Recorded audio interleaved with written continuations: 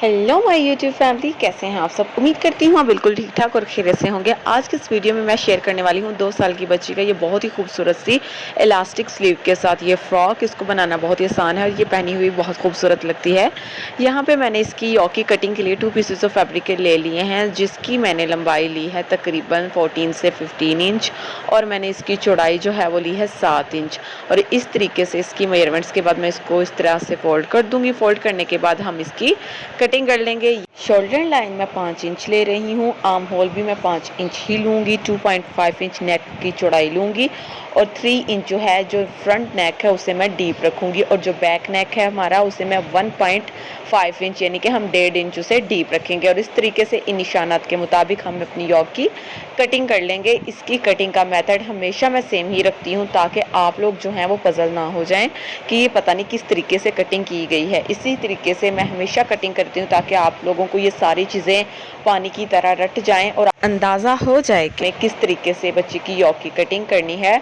बहुत ही easy method के साथ आप लोगों को सिखा रही हूँ। यहाँ पे मैं अब फ्रंट नेक की कटिंग करूँगी डीप, जो कि मैं 3 इंच डीप जो है वो नेक कट करूँगी कुछ इस तरह से। यहाँ पे हमारा जो फ्रंट नेक है उसकी भी कटिंग हो चुकी है। अब मैं क्या करूँगी, अपनी जो बैक साइड है उसकी स्ट्रेट कटिंग कर दूँगी फॉर बटन प्लैकेट। यहाँ पे हमने बटन प्लैकेट लगानी है, इसलिए बटन प्लैकेट लगाई जाती है ताकि बच्चा अपना सर आसानी के साथ इंसर्ट कर सके और वो अनकंफर्टेबल ना हो। यहाँ पे मैंने इस्त्री की मदद से पहले ही प्लैकेट जो थी वो रेडी कर ली थी।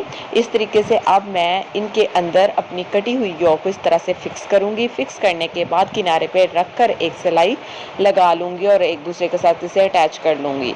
तो यहाँ पे मैं अब इसकी डिटेलिंग देने के लिए यहाँ पे मैं राउंड ही लेस को इस तरीके से अटैच करूँगी। पहले तो मैंने यहाँ पे सिर्फ यही वाली जो लेस थी इसके 2 स्टेप्स लगाए, बट वो मुझे इतनी अच्छी नहीं लग रही थी। फिर मैंने पीच कलर की एक लेस ले ली। लेने के बाद फिर मैंने वो जो सेकंड वाला स्टेप था वो मैंने उसी लेस के साथ लगा लिया और ताकि इसके अंदर थोड़े से डिफरेंट कलर्स भी ऐड हो जाएं और उसके बाद जो हमारी योक है वो थोड़ी सी डिफरेंट लगे। तो यहाँ पे मैंने प्लेटेड पार्ट के लिए 2 पीसेस ऑफ फैब्रिक के ले लिए हैं। इसकी लंबाई मैंने ली है 27 इंच और जो मैंने इसकी चौड़ाई ली है वो मैं ले रही हूँ 13 इंच। आप अपनी बच्ची की साइज़ के अकॉर्डिंग इसको कम या ज़्यादा कर सकते हैं या फिर आप अपने कपड़े की मुनासबत से इसको और बढ़ा भी सकते हैं और कम भी कर सकते हैं। तो इस तरीके से इसके ऊपर मैं प्लीट्स को ऐड कर दूंगी। तो यहाँ पे जो मेरी योक है वो बनकर रेडी हो गई है। आप देख सकते हैं यहाँ पे मैंने 2 लेसेस के स्टेप्स अटैच किए हैं, डिफरेंट लेसेस यूज़ किए हैं, एक बड़े वाली की और एक छोटे वाली की है। और मेरी बैक साइड पे बटन प्लैकेट्स भी अटैच हो चुकी हैं। तो यहाँ पे जो मेरा प्लेटेड पार्ट है उसे मैं योक के साथ अटैच कर लूँगी कुछ इस तरह से। अब हम अपना बैक साइड वाला पार्ट लेंगे तो उसे भी बैक साइड के साथ अटैच कर लेंगे। तो यहाँ पे जो हमारा योक है वो प्लेटेड पार्ट के साथ जुड़ चुका है। इसकी लुक जो है वो कुछ इस तरह से है। अब मैं अपना बैक वाला पार्ट लूँगी और उसको इसके साथ अटैच कर दूँगी, यानी कि हम अपनी शोल्डर लाइन को एक दूसरे के साथ जोड़ लेंगे। इस तरह से अब हम इसे जोड़ लेंगे। तो यहाँ पे स्लीव्स की कटिंग के लिए मैंने 2 पीसेस ऑफ फैब्रिक के ले लिए हैं। ये बाजू बहुत ही कम फैब्रिक में बन जाते हैं, ज़्यादा टेंशन लेने की ज़रूरत नहीं है। यहाँ पे इसकी चौड़ाई जो है वो मैं 5 इंच ली है और जो लंबाई है वो मैंने 13 इंच ली है। इस तरीके से मैं इसे फोल्ड करूँगी और एक साइड से थोड़ा सा राउंड शेप दे दूँगी। जो पफ स्लीव्स होते हैं उनके लिए ज़्यादा फैब्रिक की ज़रूरत पड़ती है, बट इस वाले बाजू के लिए आपको ज़्यादा फैब्रिक की ज़रूरत नहीं है। यहाँ पे हमारी स्लीव्स की जो कटिंग है वो भी हो चुकी है। अब मैं क्या करूँगी, इसको आगे से फोल्ड करके इसके अंदर इलास्टिक इंसर्ट कर लूँगी। अगर आप इस तरह नहीं करना चाहते तो आप सिलाई की मदद से, एक ही सिलाई की मदद से इसको इस तरीके से फोल्ड करके इसके ऊपर खींच के सिलाई भी लगा सकते हैं। तो यहाँ पे जो मेरा बाजू है वो रेडी हो चुका है। आप देख सकते हैं इस तरह से हमने इसके अंदर इलास्टिक को इंसर्ट कर लिया और कॉर्नर से भी इसको पक्का कर लिया ताकि हमारी इलास्टिक जो है अंदर ना चली जाए। तो यहाँ पे मैंने नेक के इर्द गिर्द भी एक पट्टी जो है वो अटैच कर ली है। आप चाहें तो पाइपिंग भी यूज़ कर सकते हैं या फिर आप लेस का यूज़ भी कर सकते हैं।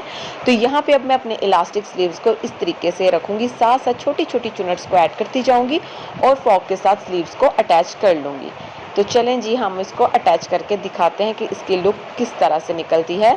तो यहाँ पे आप देख सकते हैं हमारे छोटे छोटे स्लीव्स जो हैं वो भी रेडी हो चुके हैं।